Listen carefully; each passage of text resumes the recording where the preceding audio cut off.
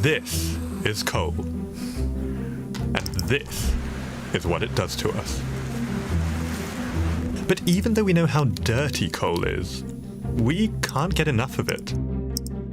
Coal powers phones, heats homes, and is used to make the concrete and steel our lives are built around. Coal use is falling in the US and Europe, but across Asia, it's still king. Coal is the biggest source of energy in countries like China, India, and Indonesia. They plan to keep mining coal and building plants to burn it.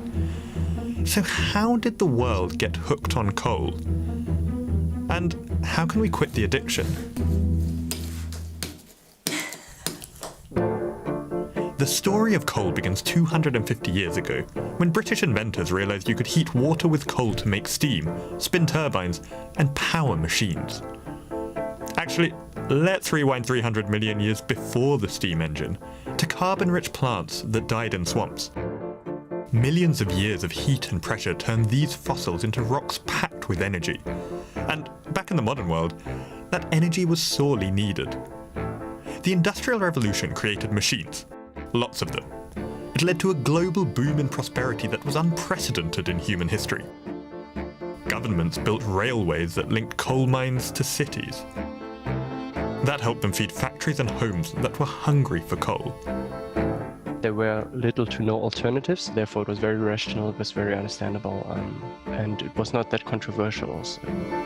This is Pao-Yu Ui. He's an energy expert who studies how countries that have invested in coal can move to cleaner sources of energy. For Europe, we can definitely say that there has been a very good side of coal throughout the 20th century.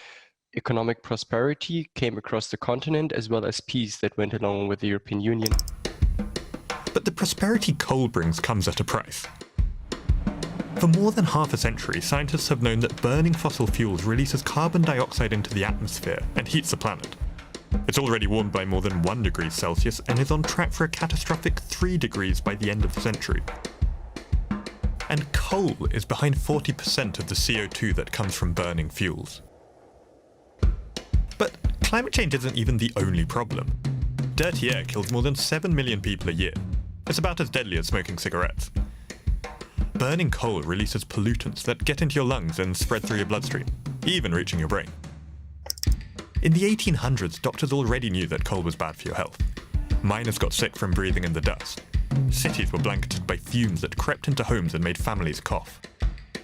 But governments had tied their economies to coal, and they weren't willing to give it up. Mining and burning coal damages the climate and hurts people's health. And that's why the UN has called to kick coal out of electricity by 2030 in rich countries and by 2040 for the rest of the world. We need renewable energy and green jobs. No more fossil fuel subsidies or new coal-fired power plants. So, how's that coming along? Well, global coal emissions have basically plateaued. In South America and Africa, coal was barely used in the first place. In the US and Europe, coal has been declining for decades. But across Asia, coal just keeps on growing.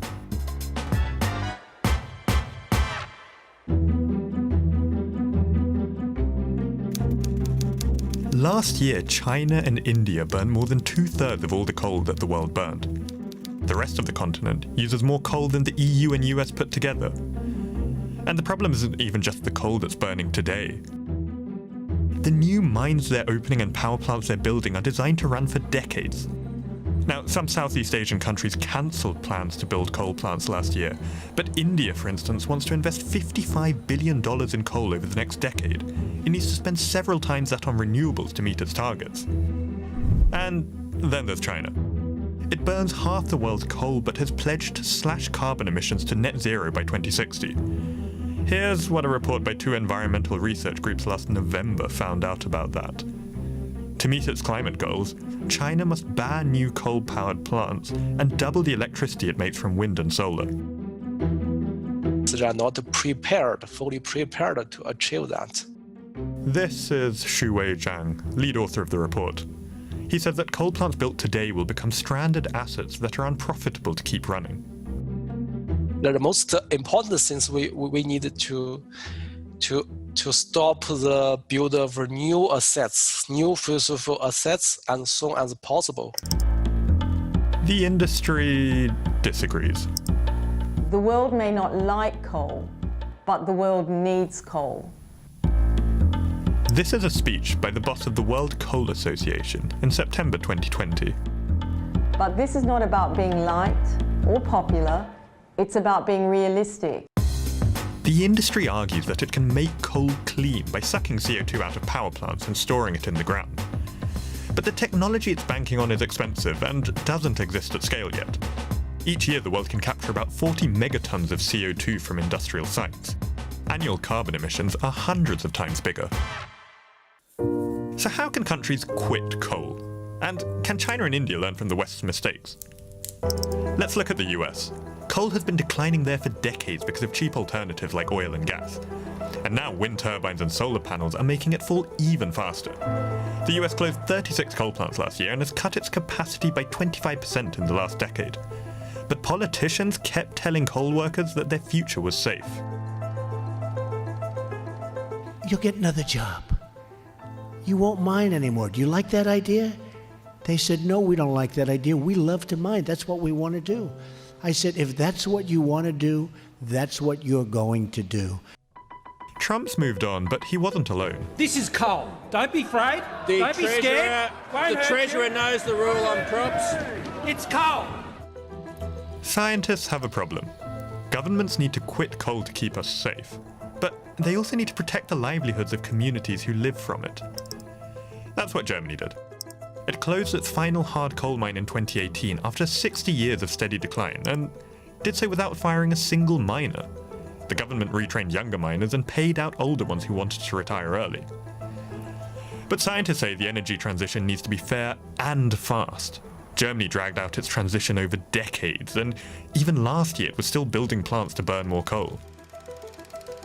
Researchers at the Technical University of Berlin in 2019 found that a quicker phase-out would have cost less, and let mining communities adapt better. Clinging on for too long with an old dying industry has a tendency not to support new alternative industries because these are being seen as a kind of competition that might speed up the process. So what can coal-hungry countries like India, where more than 700,000 people work as miners, take away from this? Well, first, politicians should be honest with voters that coal's era is over, and set a clear end date.